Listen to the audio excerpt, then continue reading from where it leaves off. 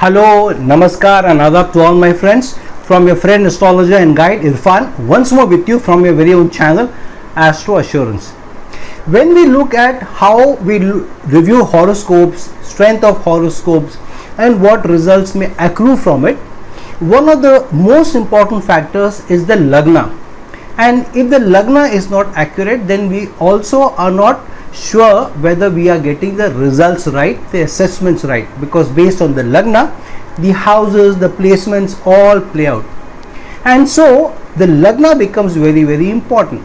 And hence, in various astrological texts, different Lagnas have also been prescribed to look at the overall strength of the horoscope and to be able to review the horoscope or the probabilities that certain results may be thrown up by virtue of different Lagnas. And so the Upapada Lagna has been described, the Arudha Lagna has been described, the Indu Lagna has been described, and obviously the various divisional charts, each one of them have their own Lagna, have also been prescribed as additional factors to review the overall strength of the Lagna chart, the Rasi chart or the D1 chart. Now in the light, one of the factors is also, which has also been described and people have used, is the Nakshatra Lagna, in which sign the Nakshatra in which the moon is placed, and then convert that Nakshatra Lagna into the Lagna itself. So in a way, you are making the moon Lagna as also an important Lagna, because moon lies in the Nakshatra, and so we are looking at that Lagna. However, less has been talked about using the placement of the Nakshatra Lord's Lagna, which means that while moon may be placed in a certain nakshatra, where does the Nakshatra Lord lie, and then making a Lagna out of that placement and using that placement of the Nakshatra Lagna Lord as the Nakshatra Lord's Lagna rather than the Nakshatra Lagna. Now I have used this every now and then and have found that in certain horoscopes the best results can be accrued from the Nakshatra Lord's Lagna rather than the Nakshatra Lagna. Now, an important point before we go forward, if you find that my videos are useful, they answer some important questions in your life and they serve to be a good guide in your life, then please help that these videos are also shared by others by virtue of you helping YouTube promote these videos. So when you subscribe to my channel, rather than just watching my videos, if you subscribe to my channel, when you like a video, then YouTube also promotes those videos further.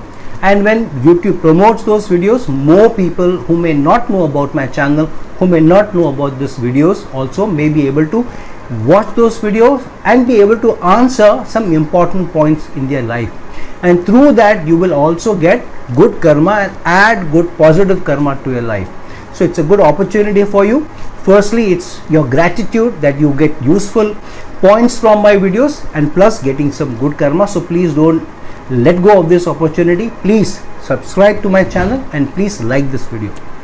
Now, while we are talking about the Lagnas, you will find that some Lagnas can be more useful than the others. So try and experiment with different Lagnas. For example, do look at the D1 Lagna or the Lagna chart. Also look at the Upapada Lagna. Check your Indu Lagna, but also check the Moon Lagna, as well as check the Sun's placement, the Sun's Lagna. And lastly, also check a Lagna where more than 3 planets are placed. So if you have a certain house in which 3 or more planets are placed, then please use that Lagna also. When you experiment with different Lagnas, you will find that one of them will give you better results than the others. And check and validate that for different dashas and transits also. So when you chance upon that a certain Lagna, maybe the Arudha Lagna, maybe the Indu Lagna, maybe the Moon Lagna, maybe the Sun Lagna, or maybe the D1 chart, these are, any one of them is throwing up better manifestations, better results, and you are able to use that to be able to predict events better, and they align better to dashas and transits, then use that Lagna more, especially for yourself, and you will find that a lot of results will come by them. which means that the Lagna strength becomes very, very important. So sometimes a certain Lagna will be able to give you better results. It could be because moon is stronger in your horoscope, moon is better placed in your horoscope, so the moon Lagna will be useful. On the other hand, if moon is in lesser degrees than, for example, the degrees of the Lagna itself, the D1 chart, that could also be a reason. Sometimes the Arudha Lagna can come out to give you fantastic results, better results than the other Lagnas. So look at the different Lagnas and then find which one of them is most appropriate for you. Now yesterday I had given you a chart and had asked you, look at this chart and also predict some events and see and tell us what to make out of this. That chart that I gave you, that horoscope, was a very special chart. The reason being is that that particular horoscope had the moon Lagna, the sun Lagna, the D1 Lagna, all the same. All were in the same sign, the same Taurus placement. Plus, I had also mentioned that sun is also the Nakshatra Lord. So, obviously, the Nakshatra Lagna also became same and the Nakshatra Lord's Lagna also became same. So, it was 5 Lagnas in one. Plus, there were 3 exalted planets in that particular horoscope. Also, it was very close to an Amavasya birth. Plus, both sun and moon were also eclipsed by Rahu and in the Lagna itself. So, there were a lot of permutations and combinations which made it a very special Lagna. So, do look into that and use my today's video to also be able to look into how a Nakshatra Lord's placement can also help you. In how the Nakshatra Lord's placement and making that into a Lagna and using that to predict events can also be very useful. So, I want to use this method of seeing where the Nakshatra Lord is placed, converting that into a Lagna and then predicting events from there. I want to use such a horoscope of the Nakshatra Lord's placement and use that to validate some events of a person who is very, very successful. Here I am talking about the present Prime Minister of India, Mr. Narendra Modi, a very loved person, a very respected person, irrespective of whatever your political affiliation may be. He is the Prime Minister of India today and followed by many people. So what I want to do is, because his horoscope is also one which has been scrutinized a lot and all aspects of his life right from his childhood to now have been scrutinized to large detail. So I want to use this particular concept of the Nakshatra Lord's placement and converting that into a Lagna, and from that being able to ascertain whether predictions can be done from them and how certain areas of life which have been missed out when you look at only the D1 chart and the D9 chart can come out more clearly and stronger when you use the Nakshatra Lord's placement and use that as a Lagna. So let's jump into the horoscope of Mr. Narendra Modi using the placement of his Nakshatra Lord into a certain house and converting that into a Lagna, and so we will be looking at his life's events from the Nakshatra Lord's Lagna. Let's jump into it right away. Now this is the horoscope of Mr. Narendra Modi when you convert the placement of his Nakshatra Lord in a certain house and make that into the Lagna. The reason being, his moon is in the sign of Scorpio in the nakshatra of Anuradha ruled by Saturn, and Saturn is in the Leo sign. So when you convert the placement of Saturn in the Leo sign into the Lagna, this is his Nakshatra Lord's Lagna. So let's look at various events in his life and see how they predict a lot of events in his life very accurately.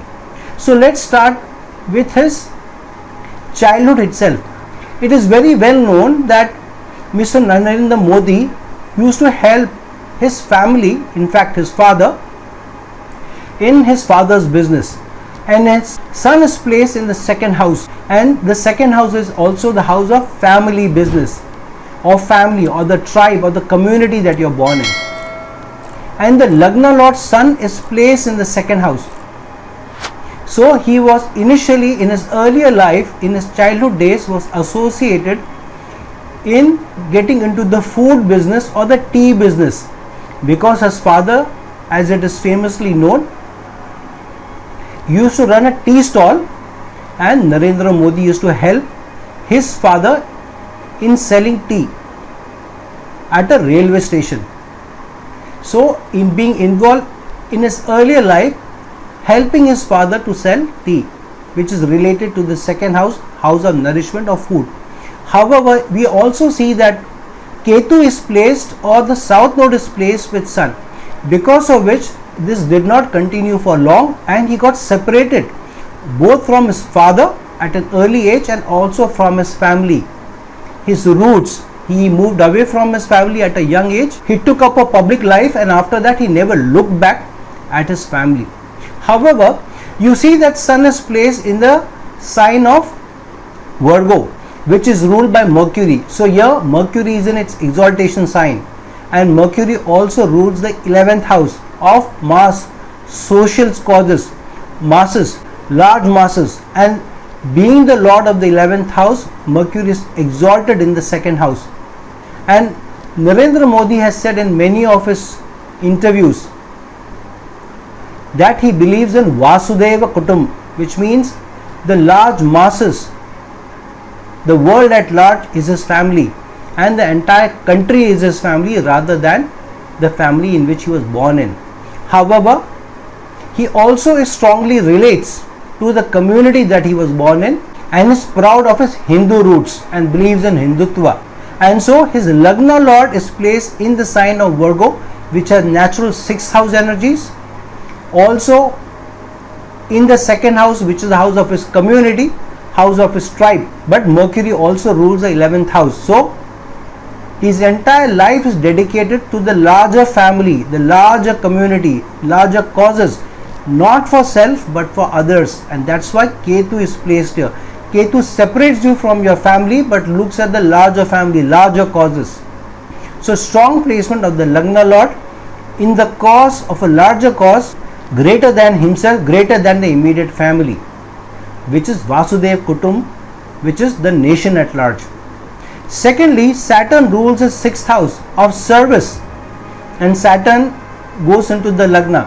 Saturn is not only the lord of the 6th house of service, but Saturn also sees itself as a helper, as a servant, as a server.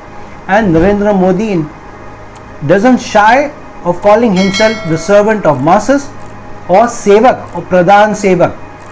And Saturn also rules his 7th house of all others and goes into the Lagna. And so because of his call for the nation, for the community, all others get attracted to him. That's why the 7th Lord Saturn is placed in his Lagna, which means all others get attracted to him because of his cause being the larger cause for the community, for the country, for the cause of Hindutva. At the same time, you will find that the 8th Lord Jupiter is retrograde and placed in the 7th house, which means because of sudden events, sudden challenges which come to his marriage gets broken. And this you can see in his Navman chart, in his D9 chart, where 7th Lord is placed in the 6th house in his D9 chart, because of which he gets separated from his spouse. And here Rahu, which is also the 7th Lord, goes into the 8th house. So this is a sign exchange, a Parivartana Yoga also, but with challenges because of Jupiter, the 8th Lord, going into the 7th house and in a retrograde fashion, which also means that there are a lot of things, lot of associations that he has which are secretive when connected to the larger cause, because of Rahu being the 7th Lord and going into the 8th house, and Jupiter being the 8th Lord going into the 7th house. But the 8th house is also the house of suddenness, sudden events, sudden decisions, and Rahu is placed here in the house of secrecy. And so many of his decisions, like announcing the demonetization suddenly at a 4-hour notice with even the cabinet not knowing about it, then suddenly announcing the lockdown at a 4-hour notice with even his own cabinet not knowing about it, then ordering the surgical strikes, keeping it complete secret till the last moment, and using the suddenness to be able to extract results. And this is also because Jupiter is retrograde. Jupiter is very strong here, but Jupiter retrograde means it is not a very wise placement. It is also the very tactical placement. It is also very transactional placement. So Jupiter here has Rahu energies also, knowing when to be tactful, when to be secretive, when to be even a little manipulative, using your associations to grow. And so we know that when he started his career from Gujarat, he made associations which propelled him into power, But those associations did not remain with him for long. Whether you talk about Keshubhai Patel in Gujarat, later on Mr. Vajpayee, who also tried to distance himself from Mr. Narendra Modi after Gujarat riots, and then later on L.K. Advani pushing his cause, and then even L.K. Advani being estranged from him. So he used his associations and got himself propelled into the power corridors, where everybody got attracted towards him because he believed in the cause of the larger nation, of the community, large masses, because of Mercury ruling the 11th house, placed in the 2nd house. Now when you look at his Venus placement in the Lagna, Venus rules the 3rd house of communication. Again here Libra sign has natural sign energies of the 7th house. So using his power of communication, using the power to influence himself, brand himself in a certain way, market himself in a certain way, he is able to make his career out of his communication, being a great orator, because Venus also rules the 10th house. So he is able to charm others, he is able to attract others through his power of communication, through his power of oratory. And we talked about 5 crores Gujaratis not being just Gujaratis but his family members. He talked about Gujarati Asmita also, the pride of Gujaratis. And so using the power of communication, forming connections which Libra sign represents, making a career and getting propelled into power, authority in the sign of Leo. And with Saturn, Saturn stands for government, Saturn stands for administration, Saturn has original 10th house energies. Then when you look at his Mars placement, Mars is placed strong in the 4th house itself, while also ruling the 9th house. What is the 9th house? The house of your religion, faith, belief. And here Mars rules the 9th house, which means that he is ready to protect his faith, his religion, his community strongly, aggressively, vehemently, assertively, and he does not move away from his faith and belief. And Mars here placed in the 4th house with Moon. Mars is also the Karak of real estate, so living in large houses and working out of home, getting power and authority out of home. But he was first the chief minister and then the prime minister. But if you know, 90% of the work of a chief minister and even the prime minister happens out of their homes. They meet dignitaries out of their homes. A lot of very important people meet them at their homes. A lot of their cabinet meetings work out of homes. A lot of his public speeches, addresses to the nation, comes out of his home. So being placed in large home, in a place of authority, propelled because of his belief system, and being able to rule over the masses, because Mars with its 4th aspects the Aquarius sign, which has 11th house energies, and Jupiter, which is the 5th lord. 5th lord is the house of public performances, being on stage, presenting.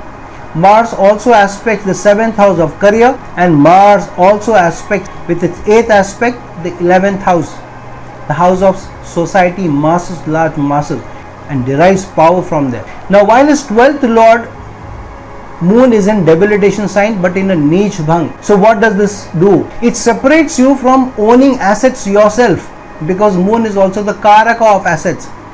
So he does not believe in assets for himself, a large house or a large car for himself. He does not have a big bank balance. His real estate is given to him by the office that he holds, and you will find that when he leaves office, he will go back to frugal means of staying. He may still be given the large house by the government, but he will live a much more frugal life than present when he is in a government role. And Jupiter and Saturn aspecting each other, a very strong Dharma Karmadipati yoga, which means he makes his dharma also his karma, because Saturn and Jupiter aspect each other.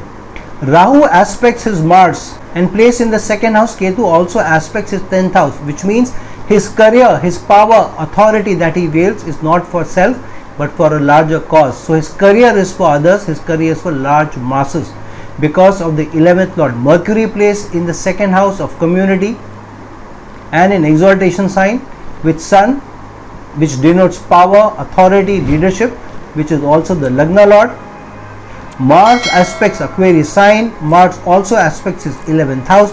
Mars also aspects his 10th house. So ruling with authority, with aggression, with power, which comes from his faith and belief, being the icon of Hindutva, and through that being able to use power and authority not only to propel himself into power but and take up much larger causes for general masses and to get propelled into the highest seat in the land, which is being the Prime Minister of the largest democracy in the world. So friend, this is how you should be able to use the placement of the Nakshatra Lord's Lagna and use that to be able to look into different events in the life and to be able to also look at different facets of somebody's life and see how they can relate, and they can also be used to predict, sometimes even better than the D1 chart, which is the Lagna or the Rasi chart, and even better than the moon chart or the sun chart or the D9 chart. So deep dive and see which of your Lagnas is giving you the best results, whether it is the moon Lagna, whether it is the sun Lagna, whether it is the D1 chart, whether it is the Aruda Lagna, or whether it is the Nakshatra Lagna or the Nakshatra Lord's Lagna, and based on that use one of them to be able to derive the best results while using the others to validate these results. And you will find that sometimes one specific Lagna will be able to give you much better results than the others. And so I find that to a large extent the Nakshatra Lord's Lagna also gives you fantastic results and will be able to give you better insights into various facets of a person rather than depending only on the D1 chart or the D9 chart. So friend, like this video, share this video, and if you're looking for a personal consultation from me, please reach out to me at the links given below. Till some other time with some other video, this is your friend astrologer and guide Irfan signing off.